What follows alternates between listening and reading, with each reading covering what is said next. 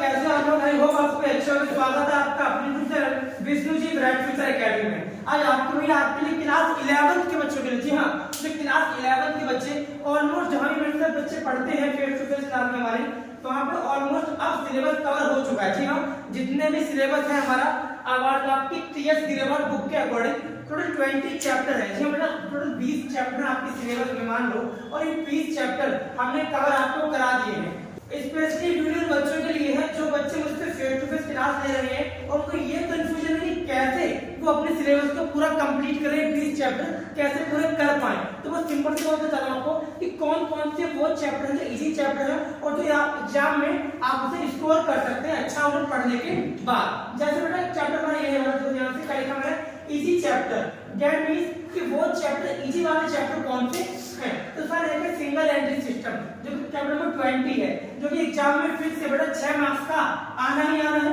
इसके बाद भैया एक चैप्टर नंबर 5 है, इसका नाम क्या है अकाउंटिंग इक्वेशन, जो आपके मिड टर्म में आ रखा था। तो जो मिड टर्म में आया था ना, इस बार वो भी आएगा, लेकिन वो ओनली मान लो 3 मार्क्स का आएगा। सपोज करो ओनली यहाँ से 3 ट्रांजैक्शन दे दी। तो असल में होता क्या है अकाउंटिंग इक्वेशन चैप्टर में एक तो हमें पढ़ना है कि फॉर्मेट वाला, जहाँ पे आपको फॉर्मेट बनाकर और फिर को सॉल्व करना है कि ये हमारा assets equal to liability plus capital. लेकिन एक वहां पर ऐसा भी है, अगर आपने टीएस गिरेवाल की 2023 की बुक चेक करेंगे तो वहां पर आपको क्या मिलेगा कि कुछ ना क्वेश्चन है जैसे फॉर्मूला बेस्ड, जैसे closing capital minus opening capital equal to profit, उस टाइप के फॉर्मूला बेस्ड क्वेश्चन भी देख सकते हैं इस चैप्टर अकाउंटिंग इक्वेशन वाले चैप्टर से। मतलब भैया ये कहना चाहते हो कि ये जो चैप्टर मिड टर्म में आए थे वो लास्ट टर्म में भी आएंगे, लेकिन इसका वेटेज क्या होगा, इसका वेटेज क्या होगा। तो भैया बताना चाहते हैं कि सबसे पहले आपको करना क्या है, सबसे पहले बेटा पढ़ना सिंगल एंट्री सिस्टम जो कि लास्ट चैप्टर है। इसके बाद क्या पढ़ना बेटा, इसके बाद पढ़ना अकाउंटिंग इक्वेशन का चैप्टर, जो 5वां चैप्टर है।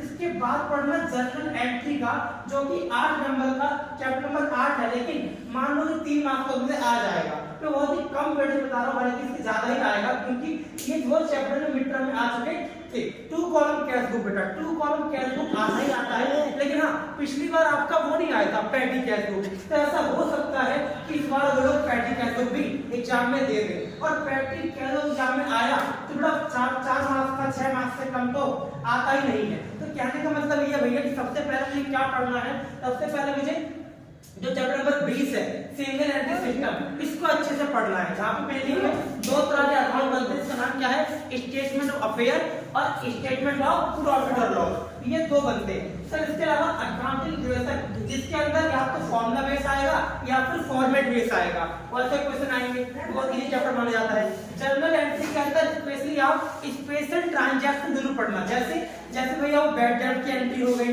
बैड डेट रिकवर की एंट्री हो गई, है ना, प्रीपेड आउटस्टैंडिंग एक्रूड इनकम, इन सब की एंट्री वो एग्जाम में बताएगा आपको। इसके अलावा सर जो चैप्टर 2 कॉलम कैश बुक का, ये बहुत अच्छे से करना क्योंकि 2 कॉलम कैश बुक में स्पेशली बेटा कॉन्ट्रा एंट्री वाला, जी हाँ, जो कॉन्ट्रा एंट्री का कॉन्सेप्ट है वहां से आता ही आता है, और बच्चा केवल यहाँ पे लास्ट एंट्री बच जाता है क्योंकि यहाँ की लास्ट एंट्री क्या करना चाहती है कि भैया मुझे ना अपने कैश में केवल 2000 रुपये रखने हैं, बाकी में सारे पैसे बैंक में डिपॉजिट करना चाहता हूँ। तो इस वाली एंट्री बच्चा फंस जाता है। ठीक है जी, तो मैंने बता दिया आपको 2 कॉलम कैश बुक और लास्ट वाली पैटी कैश बुक। अगर आप इसी वाले चैप्टर में इतना कर ले तो इसके बाद आप टच करना अदर बुक, टच करना अदर बुक। ठीक है, इतना करने के बाद जो हमारे पास थ्योरी चैप्टर है, आपको पता होना चाहिए कि हमारे पास थ्योरी चैप्टर कौन कौन से हैं, स्टार्टिंग से 1 से लेके 4 तक। ठीक है, 1 से लेके 4 तक, और एक चैप्टर नंबर 6, ये मेनली थ्योरी के माने जाते हैं। लेकिन इसके अलावा बात आप बिल्कुल जानते हैं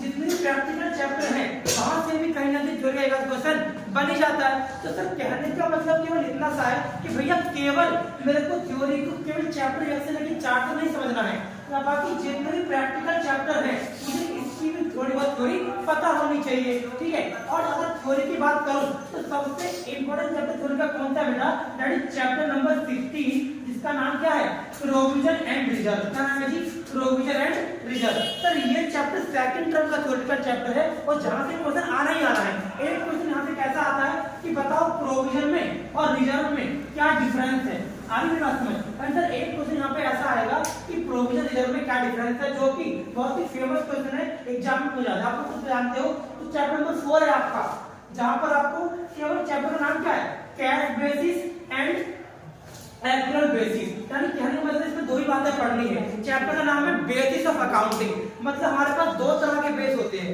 एक कैश बेस और एक्चुअल बेस। तो एग्जाम में यहाँ से कुछ नहीं बनता, ही बनता है पता कैश बेस एक्चुअल में क्या डिफरेंस है। हमने मिड टर्म में देखा होगा, मिड टर्म में क्वेश्चन क्या आया था कि बेस्ट मेथड कौन सा है अपने व्यापार को चलाने के लिए, तो वहां पे हमारा आंसर क्या था, एक्चुअल बेस। यानी भैया वहां पर ना हमको एक्चुअल वाले के बारे में पूरी जानकारी दे दी थी, लेकिन बच्चे समझ नहीं पाए किस चैप्टर का क्वेश्चन है। तो कहने का मतलब ये है सर कि ऐसा कंपल्सरी नहीं है कि यही चैप्टर है तो ठीक है, बाकी जो भी पैटर्न चैप्टर वहां से आता ही आता है। लेकिन हाँ, जो बड़े बड़े क्वेश्चन की बात करूं, आपको पता होना चाहिए हमारे एग्जाम का जो फॉर्मेट है, 1 मार्क्स की एमसीक्यू है, 20 अंक के बाद 2 मार्क्स के क्वेश्चन है, 3 4 के 5 क्वेश्चन, उसके बाद 4 मार्क्स का, उसके बाद 6 मार्क्स का। सर 6 मार्क्स के क्वेश्चन की अगर बात करूं तो सर वहां से ये चैप्टर के क्वेश्चन दिखने ही दिखने वाले हैं, तो प्लीज इनको बहुत अच्छे से करना। हाँ, मानता हूं कुछ बच्चों को डर लगता है इन दो चैप्टरों से, किससे, डेप्रिसिएशन और हमारा BRS that is bank reconciliation statement. अगर आपको इन दो चैप्टर डर लगता हो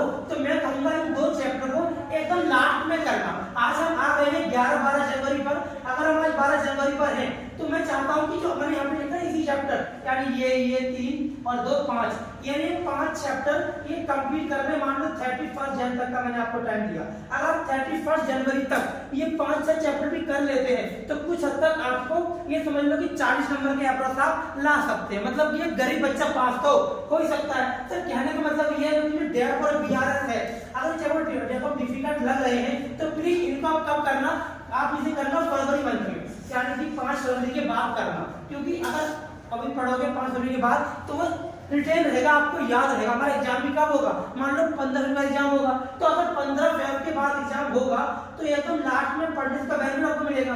तो कहने का मतलब ये सर, तो ये चैप्टर दोनों बहुत ही इजी है। कौन सा, एक सिंगल एंट्री सिस्टम, इसका एक और नाम क्या है, accounting for incomplete record. Sir इन दो चैप्टरों में से एग्जाम में पूछा ही जाएगा, क्यों, क्योंकि दोनों ही चैप्टर आपके कौन टर्म के हैं, ये सब सेकंड टर्म के चैप्टर हैं जो कि अब तक पूछे गए नहीं है। तो कहने का मतलब ये हुआ सर प्रैक्टिकल क्वेश्चन में डेप आएगा ही आएगा, बीआरएस आएगा ही आएगा, सिंगल सिस्टम का क्वेश्चन आने ही आना है, रेक्टिफिकेशन एरर, ये 4 चैप्टर के प्रैक्टिकल क्वेश्चन दिखने वाले ही हैं। लेकिन हाँ, इसके अलावा बहुत ही मोस्ट इंपोर्टेंट बेटा बीबीआई मोस्ट इंपोर्टेंट चैप्टर का नाम क्या है, चैप्टर 18 और 19, बिना इसके तो पेपर बनता ही नहीं है। अगर चैप्टर 18-19 आपने अच्छे से कर लिया तो समझो आप पास हो गए।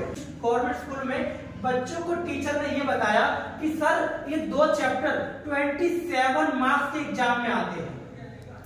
अगर गवर्नमेंट ऐसी बात कह रहा है कि 27 मार्क्स के, मान लेते हैं 27 के नहीं आ रहे, 20 के भी आ रहे हैं, तो भी कहीं ना कहीं दोनों का वेटेज बहुत ज्यादा है। जो हमें क्या पढ़ना चाहिए सर, 18-19 में आप कुछ मत करो, केवल 19 में जो चैप्टर है इसके अंदर जो भी एडजस्टमेंट है उनको अच्छे से सॉल्व कर लो। जो बच्चे मेरी फेस टू फेस क्लास में ज्वाइन है आजादपुर में, आलमनगर में, उनको पता है कि मैंने इस चैप्टर के अंदर उनको 17 एडजस्टमेंट लिखवाई थी और उन्होंने बताई थी कि अगर जिसने 17 एडजस्टमेंट कर ली तो समझो चैप्टर को खेल गया। क्योंकि सर यहाँ पर मेनली वो 17 इस एडजस्टमेंट को समझना ही है, जो इसे समझ जाएगा वो जल्दी से चैप्टर को कर लेगा। क्योंकि यहाँ पे मेनली वही सीखना है कि कौन सा अमाउंट है, क्या चीज, कौन सा खर्चा है, कौन सी income profit and loss account में जाएगी, कौन सी बैलेंस शीट में जानी है, और कौन सा जो वो है ट्रेडिंग अकाउंट उसमें क्या जाना है। तो कहने का मतलब ये जो बच्चा इसको सॉल्व करना सीख गया तो समझो चैप्टर 18-19 का इजी बन गया। तो कहने का मतलब ये होगा सर चैप्टर में 18-19 इनको बिना छोड़े में एग्जाम में कदम नहीं रह सकता।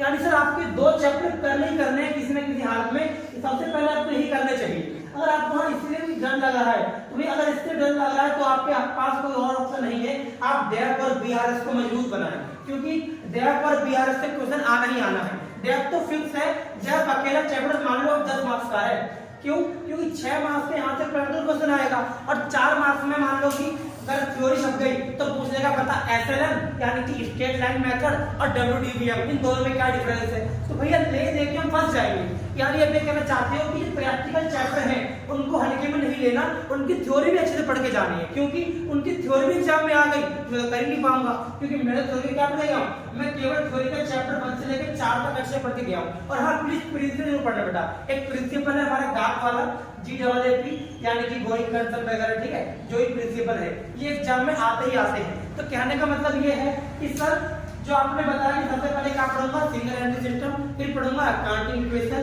फिर पढ़ूंगा जर्नल एंट्री, पढ़ूंगा क्या, 2 कॉलम कैश बुक और पैटी कैश बुक। इतना करने के बाद अगर जनवरी में ट्रैगर पूरा नहीं हो पाता है, इसके बाद आप करना अदर बुक, क्योंकि आपको पता होना चाहिए कि अदर बुक में क्या आया था सर। अदर बुक में अभी आपका वो चैप्टर आया था परचेज बुक, तो purchase book, sale book, purchase return book और सेल रिटर्न बुक, ये 4 बुक में कुछ भी आ सकता है। तो उन्हें करने के बाद आप डेप्रिसिएशन बीआर डन रखा तो बाद में करेंगे, वरना पहले से ही करेंगे। उसके बाद चैप्टर 18 और chapter 19 then rectification of error, इसको छोड़कर मैं जनवरी यहां से प्लस पॉइंट है ये, क्योंकि रेक्टिफिकेशन ऑफ एरर एग्जाम में आता ही आता है। ये तो अच्छे से करके जाना ही जाना, इतना काम अच्छे से कर लेंगे तो आपके लिए बेटर रहेगा। तो बस यही आपके लिए छोटी सी मैं लाया था छोटी सी कि आप कैसे 30 आपके पास मान लो 30 दिन ही बचे हैं और आपका एग्जाम है, तो सर आप कैसे 30 दिनों के अंदर अपने सिलेबस को पूरा कर पाएंगे, स्पेशली क्लास 11 के बच्चे जिसके पास कॉमन के बच्चे हैं और अकाउंट सब्जेक्ट है।